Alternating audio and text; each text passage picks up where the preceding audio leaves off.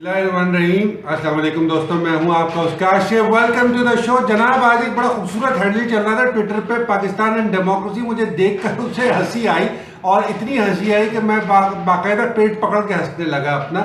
मैंने कहा यार, जिस कौम को ये मालूम नहीं है कि डेमोक्रेसी होती क्या है, जिस कौम को एरिस्टोक्रेसी डेमोक्रेसी के नाम पे बेची जा रही है, ओलिगार्की बेची जा रही है, नेपोटिज्म बेचा जा रहा है डेमोक्रेसी के नाम पे, वो कहती है पाकिस्तान एंड डेमोक्रेसी के ऊपर हम बहस करेंगे और आर्ग्यूमेंट करेंगे और डिस्कशन करेंगे। Hats off to the social media teams of the ruling parties and the so called opposing parties for that matter, क्योंकि सारे मेरे ख्याल में इस हमाम में सभी नंगे मेरे हिसाब से।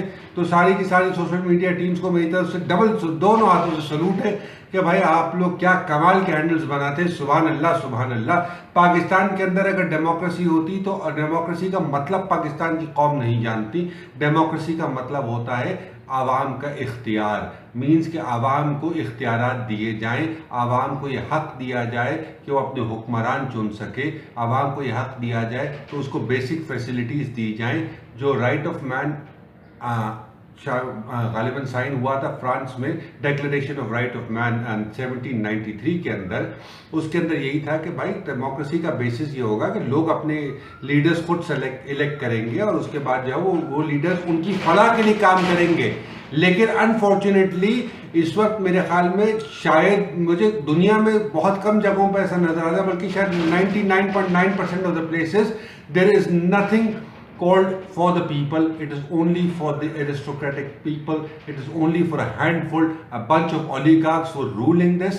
एक पेंसिल्वेनिया यूनिवर्सिटी की प्रोफेसर ने बड़े अच्छी रिसर्च की थी कुछ बरस पहले, और उन्होंने कहा था, कहने लगे this is not democracy, this is oligarchy. तो मैं बड़ा इंटरेस्टेड था, मैंने पढ़ा उस रिसर्च को, और पढ़ने के बाद मुझे समझ में आया, वो कहते हैं यार बात ये कि हैंडफुल ऑफ पीपल, वही लोग फाइनेंस करते हैं, वही लोग जलसे करवाते हैं, वही लोग अपने बेनिफिट्स लेते हैं, वही लोग सारे गवर्नमेंट के टेंडर्स लेते हैं, वही लोग सारे काम लेते हैं, वही लोग 4 गुना 6 गुना दाम पर जो है अपने काम करते हैं, वही लोग कर्जे माफ कराते हैं, वही लोग बाद में मिनिस्टर्स बन जाते हैं, वही लोग हुक्मरानों को किंग मेकर्स जो है वो होते हैं। और वो एक खास ग्रुप ऑफ पीपल है, 0.5% ऑफ द पॉपुलेशन भी नहीं बनेगा वो, अगर आपको देखें उसको, बल्कि ये तो मैं आपसे 1990 की बात कर रहा हूँ, 0.5, अब तो मेरे ख्याल में 0.2% ऑफ पॉपुलेशन भी शायद वो लोग ना बन पाए, जो actually Who are the same places all around the place। आपको एक ही चेहरे गुज़िश्ता 25 वर्षों से नज़र आ रहे हैं, और शायद अगले 25 वर्षों तक वही लोग या उनकी औलादें नज़र आती रहेंगी। अगर यही डेमोक्रेसी है तो मैं कहता हूँ भाई, इससे बेहतर है कि डेमोक्रेसी को ख़त्म कर दिया जाए या फिर ट्रू सेंस ऑफ डेमोक्रेसी को इंस्टॉल किया जाए। दो ही रास्ते हैं आपके पास, तीसरा कोई रास्ता नहीं। ये नेपोटिज्म की, सिफारिशों की, बेईमानी की, ओलिगार्की की, चोरी की, ये डेमोक्रेसी माजरत के साथ नहीं चल सकती। हमारे मियाँ नवाज शरीफ साहब, अल्लाह उन्हें सेहतियाब फरमाए, गुज़िश्ता 3 रोज़ से बड़े अलील हैं और मरी में क़याम पजीर हैं। इस वक्त 3 रोज़ हो गए उन्हें।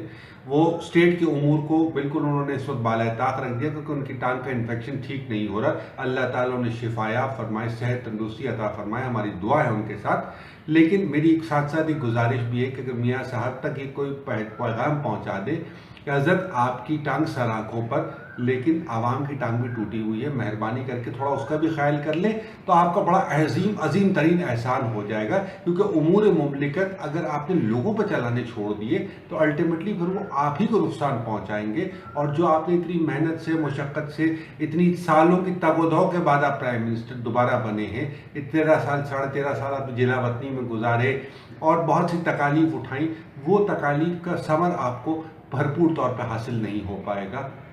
गो के पनामा लीक्स एक बहुत बड़ा प्रॉब्लम है, और उसका डेमोक्रेटिक सोल्यूशन यही है कि आप डेमोक्रेटिक थॉट प्रोसेस वाले लोगों को, जो पॉलिटिशियंस हैं, जो एक्चुअल पॉलिटिकल क्राइसिस से निकलना जानते हैं, उन लोगों को अपने साथ बिठाएं, ना कि ये नए भर्ती हुए जो है ना सिपाही आपके साथ, उनको बिठाने से आपका मसाइल हल नहीं होंगे। बहरहाल अपना और अपने अहले खाना का बहुत ख्याल रखिएगा, और हो सके तो मुझे भी और हमारे प्राइम मिनिस्टर साहब जिनकी टांग में इन्फेक्शन है, अल्लाह उन्हें शिफा दे, उन्हें भी अपनी दुआ में याद रखिएगा। अंटिल द नेक्स्ट टाइम, अल्लाह निगहबान।